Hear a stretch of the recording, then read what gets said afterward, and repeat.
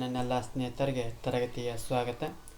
ತರಗತಿ ಪ್ರಾರಂಭ ಮಾಡೋಕ್ಕಿಂತ ಮುಂಚಿತವಾಗಿ ನಮ್ಮ ಒಂದು ಯೂಟ್ಯೂಬ್ ಚಾನಲಿಗೆ ಸಬ್ಸ್ಕ್ರೈಬ್ ಆಗಿ, ಜೊತೆಗೆ ಪ್ರತಿನಿತ್ಯ ತರಗತಿಗಳನ್ನು ವೀಕ್ಷಿಸಿ ಅನ್ನುತ್ತಾ ಇವತ್ತಿನ ತರಗತಿಯನ್ನು ಪ್ರಾರಂಭ ಮಾಡ್ತಾ ಹೋಗ್ತೀನಿ. ಇವತ್ತಿನ ತರಗತಿ ಭಾರತದ ಅರಣ್ಯಗಳ ಬಗ್ಗೆ ಈ ಒಂದು ತರಗತಿಯೊಳಗೆ ಚರ್ಚೆಯನ್ನು ಮಾಡ್ತಾ ಹೋಗ್ತೀವಿ.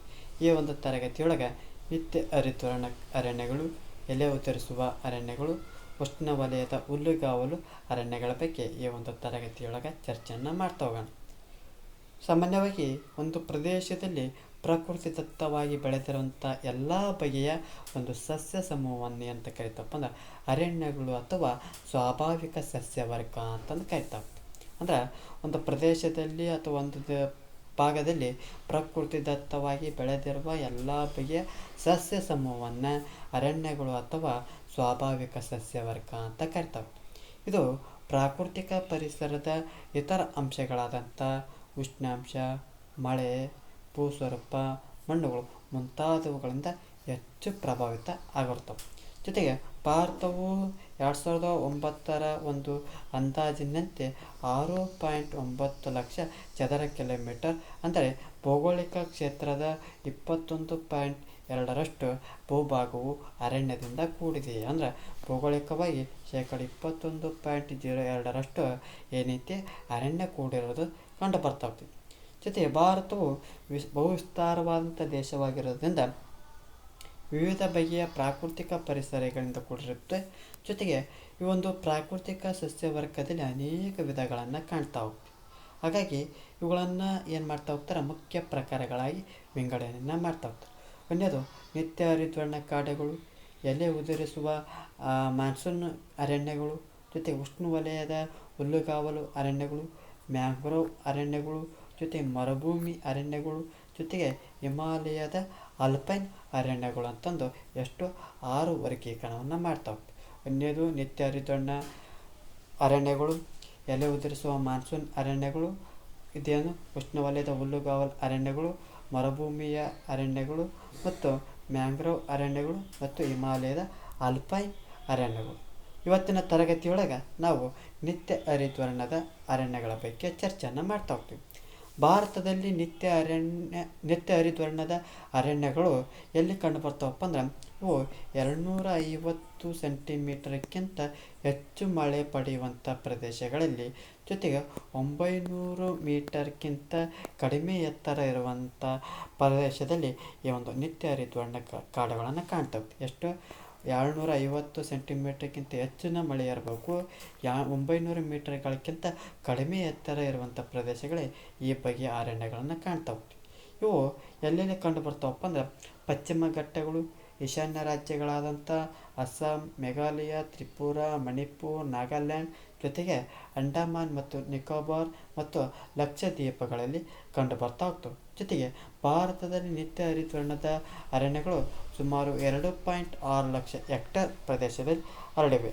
ಈ ಪ್ರದೇಶದಲ್ಲಿ ಸಸ್ಯವರ್ಗವು ವರ್ಷವೆಲ್ಲ ಹಸಿರಾಗಿರುವುದರಿಂದಲೇ ಇವುಗಳನ್ನು ಅಂತ ಕರಿತಪ್ಪ ಅಂದ್ರೆ ನಿತ್ಯ ಹರಿದ್ವರ್ಣ ಅಥವಾ ಸದಾ ಹಸಿರಾಗಿರುವ ಅರಣ್ಯ ಅಂತಂದು ಕರಿತಾ ಹೋಗ್ತಾರೆ. ಇದಿಷ್ಟು ಏನು ಮಾಹಿತಿ ಅಪ್ಪ ಅಂದ್ರೆ ನಿತ್ಯ ಹರಿದ್ವರ್ಣದ ಅರಣ್ಯಗಳ ಬಗ್ಗೆ ಮಾಹಿತಿ ಆಗ್ತದೆ. ಎರಡನೇದು ನೋಡ್ತಾ ಹೋಗೋಣ, ಎಲೆ ಉದುರಿಸುವ ಮಾನ್ಸೂನ್ ಅರಣ್ಯಗಳ ಬಗ್ಗೆ ಚರ್ಚೆಯನ್ನು ಮಾಡ್ತಾ ಹೋಗೋಣ. ಈ ಪ್ರಕಾರದ ಅರಣ್ಯಗಳು ಭಾರತದಲ್ಲಿ ಅತಿ ಹೆಚ್ಚು ವಿಸ್ತಾರವಾಗಿ ಹರಡಿರೋದನ್ನು ಕಾಣ್ತಾ ಹೋಗ್ತೀವಿ. ಯಾವುದು ಎಲೆ ಉದುರಿಸುವ ಮಾನ್ಸೂನ್ ಅರಣ್ಯಗಳು ಇಡೀ ಭಾರತದಲ್ಲಿ ಅತಿ ಹೆಚ್ಚು ವಿಸ್ತಾರವಾಗಿರುವಂಥ ಅರಣ್ಯಗಳು.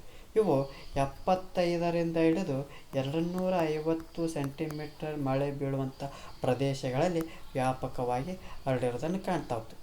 ಜೊತೆಗೆ ಭಾರತದ 65.5% ಒಟ್ಟು ಅರಣ್ಯದಲ್ಲಿ ಇವುದು ಎಲೆ ಉದುರಿಸುವ ಅರಣ್ಯಗಳು ಕಂಡು ಬರ್ತವೆ. ಜೊತೆಗೆ ಭಾರತವು ಮಾನ್ಸೂನ್ ವಾಯುಗುಣ ಹೊಂದಿರೋದರಿಂದ ಈ ಬಗೆಯ ಅರಣ್ಯಗಳು ವ್ಯಾಪಕವಾಗಿ ಹಂಚಿಕೆ ಆಗಿದೆ. ಅಂದರೆ ಈ ಹಿಂದೆ ತರಗತಿಯಲ್ಲಿ ನಮ್ಮ ಒಂದು ಭಾರತ ದೇಶವು ನೈಋತ್ಯ ಮಾನ್ಸೂನ್ಗಳ ಮಾರುತದ ಮೇಲೆ ವ್ಯವಸಾಯದ ಒಂದು ಅವಲಂಬನೆಯನ್ನು ನೋಡ್ತಾ ಹೋಗ್ತೀವಿ. ಅದೇ ರೀತಿ ಈ ಒಂದು ಎಲೆ ಉದುರಿಸುವ ಅರಣ್ಯಗಳು ಏನು ನೋಡ್ತಾ ಹೋಗ್ತವೆ, ಮಾನ್ಸೂನ್ ವಾಯುಗುಣವನ್ನು ಹೊಂದಿರೋದ್ರಿಂದ ಈ ಬಗೆಯ ಒಂದು ಅರಣ್ಯಗಳು ವ್ಯಾಪಕವಾಗಿ ಕಂಡು ಬರ್ತಾ ಹೋಗ್ತವೆ. ಇವುಗಳ ವರ್ಷದ ಒಂದು ನಿರ್ದಿಷ್ಟ ಒಣ ಹವೆಯ ಋತುವಿನಲ್ಲಿ ಏನು ಮಾಡ್ತಾ ಹೋಗ್ತವೆ, ಎಲೆ ಉದುರಿಸುವುದನ್ನು ರೂಢಿಸಿಕೊಂಡಿರೋದ್ರಿಂದ ಇವನ್ನ ಏನಂತ ಕರಿತಪ್ಪ ಅಂದ್ರೆ ಎಲೆ ಉದುರಿಸುವ ಮಾನ್ಸೂನ್ ಅರಣ್ಯಗಳು ಅಂತಂದು ಕರಿತಾ ಹೋಗ್ತೀವಿ. ಇದಿಷ್ಟೇನಪ್ಪ ಅಂದ್ರೆ ಎಲೆ ಉದುರಿಸುವ ಮಾನ್ಸೂನ್ ಅರಣ್ಯಗಳ ಬಗ್ಗೆ ಮಾಹಿತಿ ಆಗ್ತೈತಿ. ಮುಂದುವರೆದು ನೋಡ್ತಾ ಹೋಗೋಣ. ಉಷ್ಣವಲಯದ ಹುಲ್ಲುಗಾವಲು ಅರಣ್ಯಗಳು ಇವು ಭಾರತದಲ್ಲಿ 60 ರಿಂದ 75 ಸೆಂಟಿಮೀಟ್ರ್ ಮಳೆ ಬೀಳುವಂಥ ಪ್ರದೇಶಗಳಲ್ಲಿ ಹುಲ್ಲುಗಾವಲು ಸಸ್ಯವರ್ಗ ಕಂಡು ಬರ್ತಾ ಹೋಗ್ತೈತಿ. ಈ ವಲಯಗಳಲ್ಲಿ ಎತ್ತರವಾದ ಹುಲ್ಲು ಮತ್ತು ವಿರಳವಾಗಿ ಅಲ್ಲಲ್ಲಿ ಕುರುಚಲು ಜಾತಿಯ ಸಸ್ಯವರ್ಗಗಳು ಕಾಣ್ತಾ ಹೋಗ್ತವೆ. ಜೊತೆಗೆ ಈ ಒಂದು ಉಷ್ಣವಲಯದ ಹುಲ್ಲುಗಾವಲು ಅರಣ್ಯಗಳು ಎಲ್ಲಿ ನೋಡ್ತಾವಪ್ಪ ಅಂದ್ರೆ ದಕ್ಕನ್ ಪ್ರಸ್ಥಭೂಮಿಯ ಕೇಂದ್ರ ಭಾಗ, ಅರಾವಳಿ ಪರ್ವತಗಳ ಪಶ್ಚಿಮದಲ್ಲಿರುವಂಥ ಥಾರ್ ಮರುಭೂಮಿಯ ಅಂಚಿನ ವಲಯಗಳು ಈ ಬಗೆಯ ಒಂದು ಸಸ್ಯವರ್ಗವನ್ನು ಕಾಣ್ತಾ ಹೋಗ್ತೀವಿ. ಇಲ್ಲಿ ಪ್ರಮುಖವಾಗಿ ಬಬುಲ್, ಶಿಶಮ್, ಸಬಾಯ್ ಹುಲ್ಲು ಇಲ್ಲಿ ಪ್ರಮುಖವಾಗಿ ಬೆಳೆಯುವಂಥ ಹುಲ್ಲುಗಳು ಆಗ್ತಾವೆ. ಇದಿಷ್ಟೇನಪ್ಪ ಅಂದ್ರೆ ಉಷ್ಣವಲಯದ ಹುಲ್ಲುಗಾವಲು ಅರಣ್ಯಗಳ ಬಗ್ಗೆ ಮಾಹಿತಿ ಆಗ್ತೈತಿ. ಇವತ್ತಿನ ತರಗತಿಯಲ್ಲಿ ನಿತ್ಯ ಹರಿದ್ವರ್ಣದ ಅರಣ್ಯಗಳು, ಎಲೆ ಉದುರಿಸುವ ಮಾನ್ಸೂನ್ ಅರಣ್ಯಗಳು, ಉಷ್ಣವಲಯದ ಹುಲ್ಲುಗಾವಲು ಅರಣ್ಯಗಳ ಬಗ್ಗೆ ಈ ಒಂದು ತರಗತಿಯಲ್ಲಿ ಚರ್ಚೆ ಮಾಡ್ತೀವಿ. ಈ ಒಂದು ತರಗತಿ ಇಷ್ಟ ಆಗಿತ್ತಪ್ಪ ಅಂದ್ರೆ ನಮ್ಮ ಒಂದು ಯೂಟ್ಯೂಬ್ ಚಾನಲಿಗೆ ಸಬ್ಸ್ಕ್ರೈಬ್ ಆಗಿ, ಜೊತೆಗೆ ಈ ಒಂದು ತರಗತಿ ಇಷ್ಟ ಆಗಿತ್ತಪ್ಪ ಅಂದ್ರೆ ಲೈಕ್ ಮಾಡಿ, ಇಲ್ಲದಿದ್ದರೆ ಡಿಸ್ಲೈಕ್ ಮಾಡಿ. ಏನಾದರೂ ದೋಷಗಳು ಮತ್ತು ನಿಮ್ಮ ಒಂದು ಅಭಿಪ್ರಾಯವನ್ನು ಕಮೆಂಟ್ ಬಾಕ್ಸ್ನ ಮೂಲಕ ತಿಳಿಸಿ ಅನ್ನುತ್ತಾ ಇವತ್ತಿನ ತರಗತಿಯನ್ನು ಮುಗಿಸ್ತಾ ಇದ್ದೀನಿ. ಎಲ್ಲರಿಗೂ ಧನ್ಯವಾದಗಳು.